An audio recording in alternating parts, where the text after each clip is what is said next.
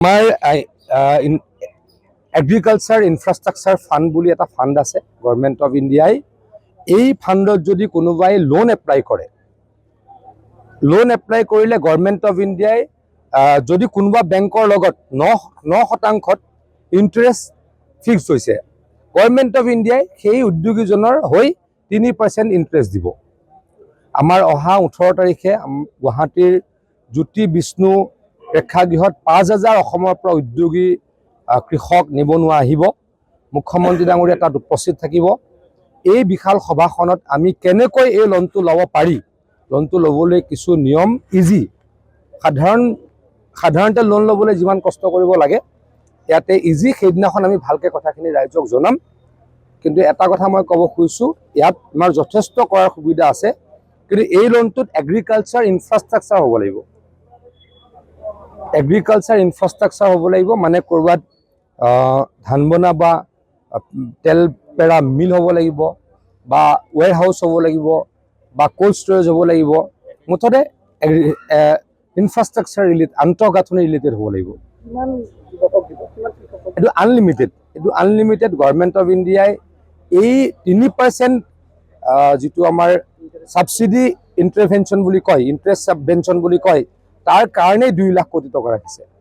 গতিকে ইয়াতে অপাৰ সুবিধা আছে, এই সুবিধাখিনি যাতে সকলোৱে লয় অনুৰোধ কৰিছোঁ। খুব বেছি কৰিব লাগিব উদ্যান শস্য। মানে এতিয়া চাওক, আমি খালী খেতিটো কৰিম, খালী খেতিটো ধানটো কৰিবই লাগিব, কিন্তু খালী খেতিতকৈ আমি কি কৰিব লাগিব, আমি ৰবি খেতি, মানে আমাৰ ফল মূল আৰু শাক পাচলি, তাত গুৰুত্ব দিব লাগিব। তাতহে বেছি পইচা ইনকাম কৰিব পাৰি। ধানত বহুত পইচা ইনকাম নহয়, কিন্তু আমিতো অসমীয়া মানুহে ঘৰৰ ধান খাই ভাল পাওঁ, ঘৰৰ চাউল খাই ভাল পাওঁ, কিন্তু সেইখিনি কৰাৰ পাছত যাতে লগত উদ্যান শস্যত বা ৰবি ক্ৰপত আমি জড়িত হওঁ, তাৰ কাৰণে যাতে সকলো আগ্ৰহী হয়। অঞ্চলত চিডছ কৰ্পৰেশ্যনৰ প্ৰায় 50-60 বিঘা মাটিৰ এখন ফাৰ্ম আছে, সেইখন চাবলৈ আহিলোঁ। আগন্তুক সময়ত কেনেকৈ ফাৰ্মখনৰ ডেভেলপ কৰিব পাৰি, ফাৰ্মখন ভাল কৰিব পাৰি, বা এইখন ফাৰ্মত আমি কি কৰিব পাৰোঁ, আমি চিডে উৎপন্ন কৰিম নে এখন গাৰ্ডেন বনাম, তাৰে কাৰণে আমি ডিপাৰ্টমেণ্টৰ লগত আলোচনা কৰিলোঁ, বিষয়াসকলৰ লগত আলোচনা কৰিলোঁ, কৰ্মচাৰীসকলৰ লগত আলোচনা কৰিলোঁ। ইয়াৰ স্থানীয় ব্যক্তিসকলৰ লগতো খেতি কৰিলে কি অসুবিধা কি সুবিধা সেই বিষয়ে বিস্তৃতভাৱে আলোচনা কৰিলোঁ। মানুহ খেতি কৰিবলৈ আগ্ৰহী, কিন্তু অলপ সহায় কৰিব লাগে। সেই সহায়খিনি কৰিবলৈকে আমি সাজু আছোঁ।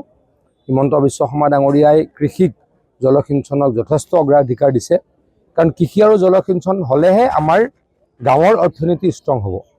যিহেতু অসমৰ 70% মানুহ কৃষিৰ ওপৰত নিৰ্ভৰশীল, গতিকে যিমান পাৰোঁ কৰিবলৈকে চেষ্টা কৰিম। ৰাইজক অনুৰোধ কৰিছোঁ, ৰাইজে কৃষি কৰ্মত আৰু যাতে মনোযোগ দিয়ে।